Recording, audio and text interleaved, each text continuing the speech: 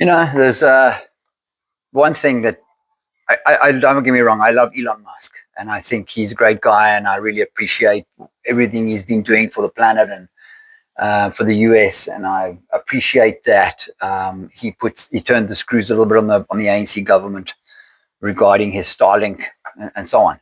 However, I mean, I do think he could have pushed more for the racist laws that prevent white people from exclude us from the business sector, or try to exclude us from the business sector, and all the other racist laws. I think he could have pressed more on that. But like some are saying, yeah, well, you white guys deserve it, and especially me being an ex-policeman from the apartheid era, you would think that would be the case. But Africa works on different rules. Africa has a different set of rules that it works on. And even back in the apartheid era, you were still dealing with African rules. And sometimes you needed a police force like you had in South Africa at the time.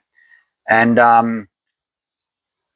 to fully understand and to fully grasp what was going on then, it's probably people need a bit of a lesson as to what apartheid really was. I'm not saying it was a good system. It wasn't. It didn't work, obviously, so it wasn't a good system. It didn't work. There were supposedly people excluded and separate. Separate is the optimum word here, because separate doesn't mean oppress. Separate means you keep people separate from you. So let's see why that happened and why that came about. So to truly grasp the apartheid system, it's essential to first understand like South Africa's historical landscape and demographic movements. So historically, as the Europeans or the Dutch and the Huguenots started to move north from the Cape in the Groot Track, you also had the various black ethnic groups coming down from Central Africa and moving south. They may have entered the region before the Europeans did, but they never populated the whole region. They populated the northern part, and they started coming a little bit down. The first time that the Europeans actually, or the Dutch actually encountered any black ethnic groups going north, apart from the Khoisan, that is, was like 600 kilometers into their journey. So these guys were coming down south. They were coming at a much slower rate because they were like settling and living there for a while, and then they were also warring amongst one another and splitting up and moving to different sectors. And so they were moving southwards, setting distinct areas within South Africa as it was in the apartheid era. So they settled in these areas. You had the Xhosas who settled in the Transkei, the Zulus who established their communities around Natal in Zululand. Tswanas were like in the Western Transvaal, and the Sotho in the Northern Transvaal, and the Venda also Northern Transvaal. And there was a bunch of others as well. And they settled their land, and they were happy. And there was a little bit of things that went on between the European and them, but so to say that the Europeans in the apartheid era put these guys on this land, on these homelands, is wrong. They settled those homelands. It was of their choosing to be on those homelands. And to be quite honest, those homelands were great farming regions, and they were regions that were rich in everything that a country could offer. So it had the recipe for being a successful region, all those homelands. So they weren't reserved there for the white man or for the black man. They settled there. They were happy with it, and they got their homelands within which they could establish their own communities and education and create jobs and so on. And same with the white man. The white man, he settled other areas and started farming them and became very productive farmers, as they traveled north. And so the problem became, like in 1936, the United Party government under the Prime Minister, General Herzog, and the Deputy Prime Minister, General Jan Smuts, who was very anti-apartheid. He was all for equality. Okay, so he was the Deputy Prime Minister, And they enacted legislation mandating that the whites had to buy certain land, pay for, like legally pay for. And there was approximately 7.25 million mortgage that was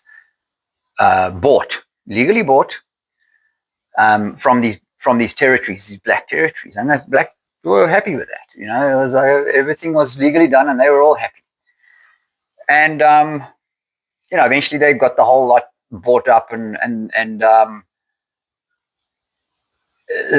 what actually happened, it was at the cost of the white man, and they resettled more black people to those lands. So it cost the European money to have more land for the Africans, for the African tribes.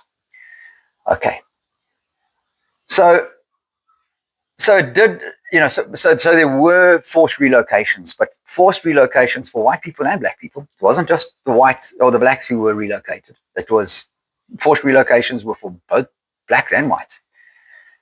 And these lands were often repurposed to settle the displaced Africans. So under apartheid, the black population living traditionally in traditionally white designated territories were considered guest workers, like you would get in Europe. You used to get these guest workers. They would come from the Eastern Bloc and poorer countries, and they would come and try and find work in more prosperous countries like the UK and France and these places. So they were not granted equal citizenship in the white territories. You see, so this is now how apartheid starts to take its shape, is what people think they know about it. And then South Africa, the white part of South Africa, became essentially the employment hub for citizens from neighboring independent nations like Malawi, Lesotho, Botswana, then Botswana, Swaziland. So economic necessity drove large numbers of workers to South Africa, underscoring the stark employment disparities across the region. So you now had these African territories and countries that could not create jobs for their own people.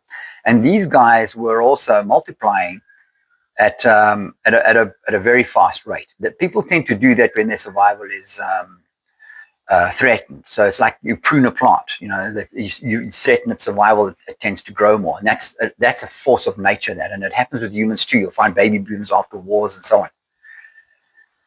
So anyway, so the apartheid system was not merely about racial segregation, but deeply embedded in economic, demographic, and historical contexts. So for many African countries, labor became a significant export. So you had these neighboring countries, the homelands, the regions that were settled by these black tribes or the African tribes, were labor. Basically, they were producing labor, and they were sending them to South Africa to go and earn a little bit of money to bring it back home.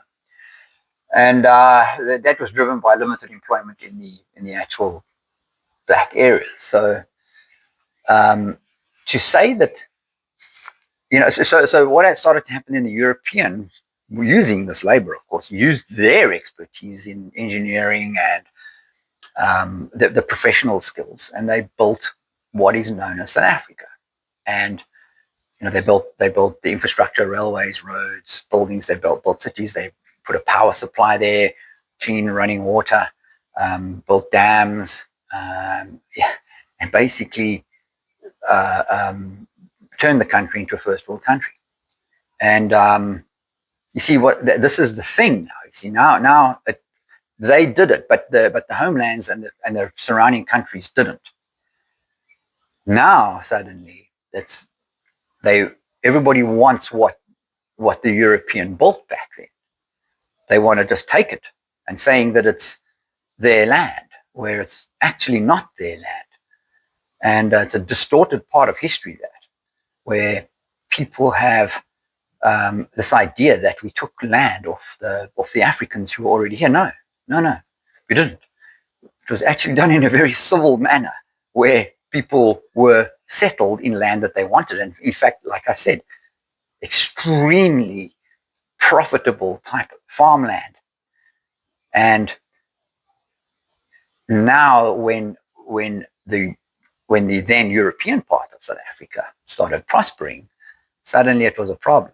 And everybody wanted what they had because they built this thing. And that's what happened in 1994 was you had the Europeans who built this country, South Africa, into a profitable, thriving economic environment. And everything worked. It was reasonably crime-free, and turned it into something that is now like a shell of what it used to be, purely because it was taken by a group who had not built it. They supplied the labor for it, yeah. So they think that they built it, but they didn't.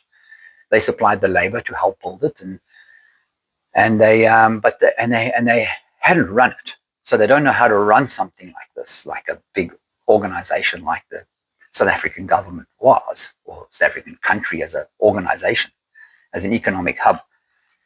And so they took that and turned it into a wasteland, which is what we have today, with people calling whites this and that, and making it because you're white and you should be killed and you should be driven out of this country. And I can tell you right now, if that does happen, it's already happening, is this country will plummet into the dark depths of despair, and everybody will suffer. And the thing is, the Europeans will go, they'll leave, they'll go to Australia, the US, UK, take their refugee status or whatever it might be. And the African will be left with what he had before in the homelands, where they couldn't create jobs, which is what's happening in South Africa. 60% unemployment, and amongst the youth, highest unemployment rate in the world. So this is what gets created. It's just that and also the problem is as well, is with the current government, they don't want to learn from the successful actions of the National Party, the last National Party. And don't get me wrong, I'm not saying these guys were great. I'm not saying the National Party were without fault. They were definitely, with fault.